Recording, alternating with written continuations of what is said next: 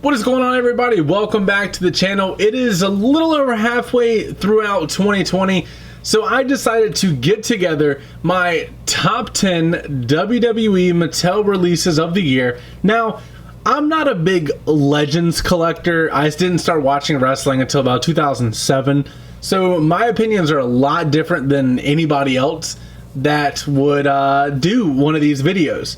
So I'm going to go ahead and say that four honorable mentions are the Ruthless Aggression, Miz, and MVP, because those are so good, and the basic Toxic Attraction figures.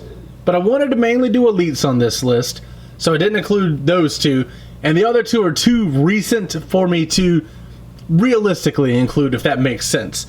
But I have compiled 9 elites and 1 ultimate. I allowed myself 1 ultimate to get on this list because I didn't want it to be overcrowded. So I'm going to start off with my number 10, count it down. You guys know the deal with the list videos, so here we go. Number 10. Number 10 is going to be a little bit of a surprise, and it's just because I love random off-the-wall stuff. It is the Legends Elite of Paul E. Dangerously. I just freaking love this figure. It's a standard suit. It's not too big like a lot of the suit figures are. I love the tie deco. I love the new head. It comes with a brick foam, which I cannot find at the moment, which is an issue because this bad boy has went up in price bad.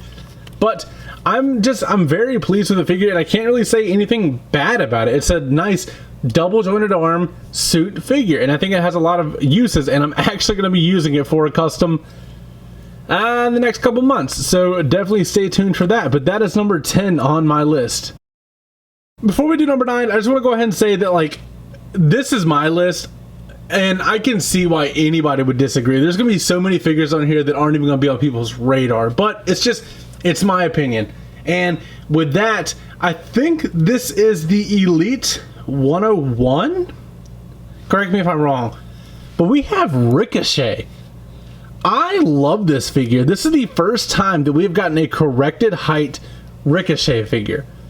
It has the nice torso, has all the tattoo detail, has a new head sculpt, which we haven't seen in a while. I think this is a new head sculpt. Nice looking gear, really pops. They could have picked any of his gear and it would have made sense. The flames, the red, yellow, the black, the Ricochet, everything just looks really good about this. And I feel like with my number 9 is where I'm going to lose a lot of people. But this Ricochet figure is just top notch, and I really can't say anything bad about it. Number 8 on the list is a very recent release, and it is the Elite 103 Montez Ford. I cannot wait for Montez to go on this heel run with Dawkins and Lashley right now, and I think this figure just looks really good. I wanted this exact gear made from PWR Lucha, and then it got leaked that Elite 103 Street Profits were going to be in this Miami Vice style gear, and I freaking love it. I would like to have a more serious face Montez Ford instead of the smiling every time, but the glasses, the cup, the jerseys they came with, their cloth, their Ultimate style jerseys, can't say enough good things about it, and I really, really love this Elite Montez Ford. Number 7 on the list is probably one that people aren't going to remember came out this year. And it is one of the random top picks waves, Rey Mysterio. This is the Macho Man in styled gear. I love the yellow. It's so vibrant. I love the pink. There's not enough bright colored wrestling figures. I mean, just on my desk right here, this is one that I have. Like, they're usually wearing black and white, and that's just what it looks like. So this really pops when you put it on a shelf against anything, even other Rey Mysterio figures. Can't say enough good things about it. Double jointed arms, which work very well. I love the contrast of the pink, so this dark fuchsia color as opposed to the light pale pink. Looks very, very good. Love the head sculpt. We've seen it a million times, but it looks good. And that's why this Rey Mysterio is number 7 on my list. Sticking with the theme of that bad boy, number 6 on my list is going to be the SummerSlam Elite Dolph Ziggler. It's been a while since we got a really, really good Ziggler Elite, and I never got my hands on the Elite 70, I believe, Chase, because it's expensive, but it's a pink gear, and this one right here is a pink gear. I love the red, white, and blue theme with the logos going on there. You see them on the back.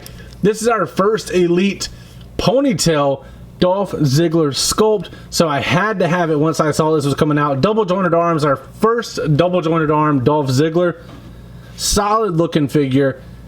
Just really can't say anything wrong about it. It's a good quality figure. So that's why it is my number 6 on my top 10 of 2023 so far.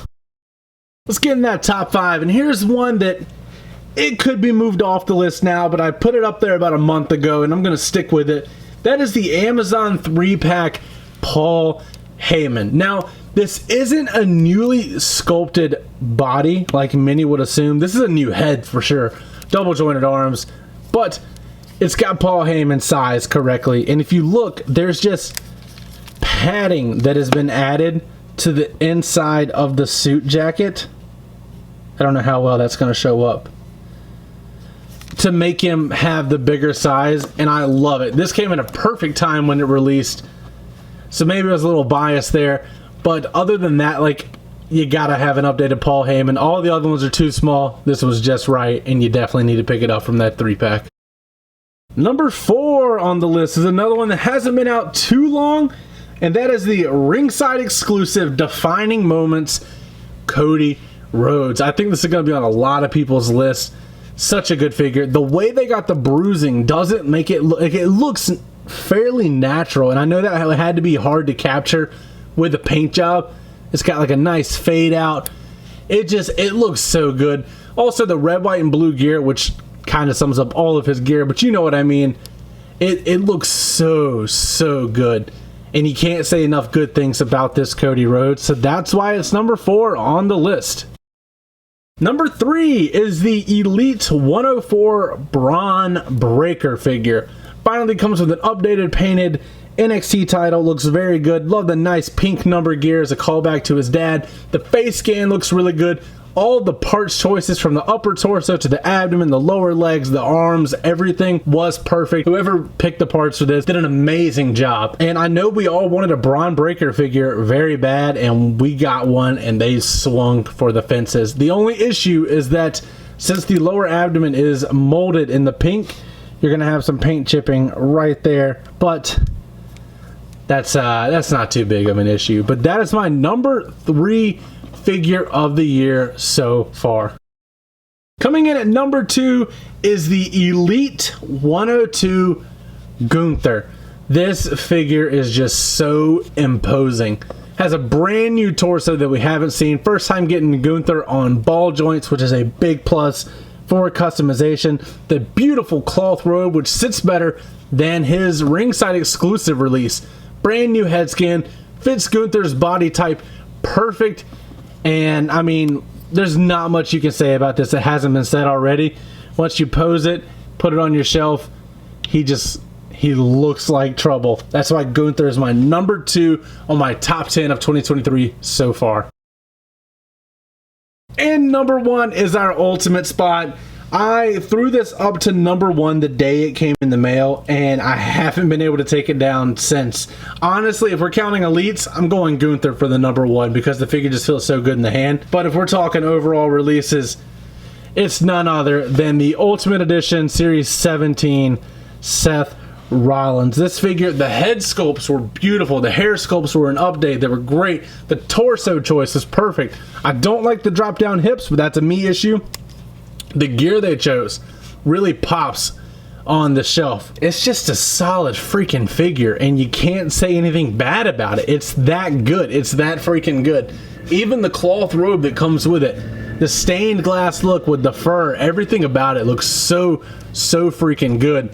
That's why Seth freaking Rollins had to be my number 1 Mattel release of 2023 so far. Let me know what you guys think about my list down in the comments below. As always, don't forget to like, comment, subscribe, and last but not least, take it easy.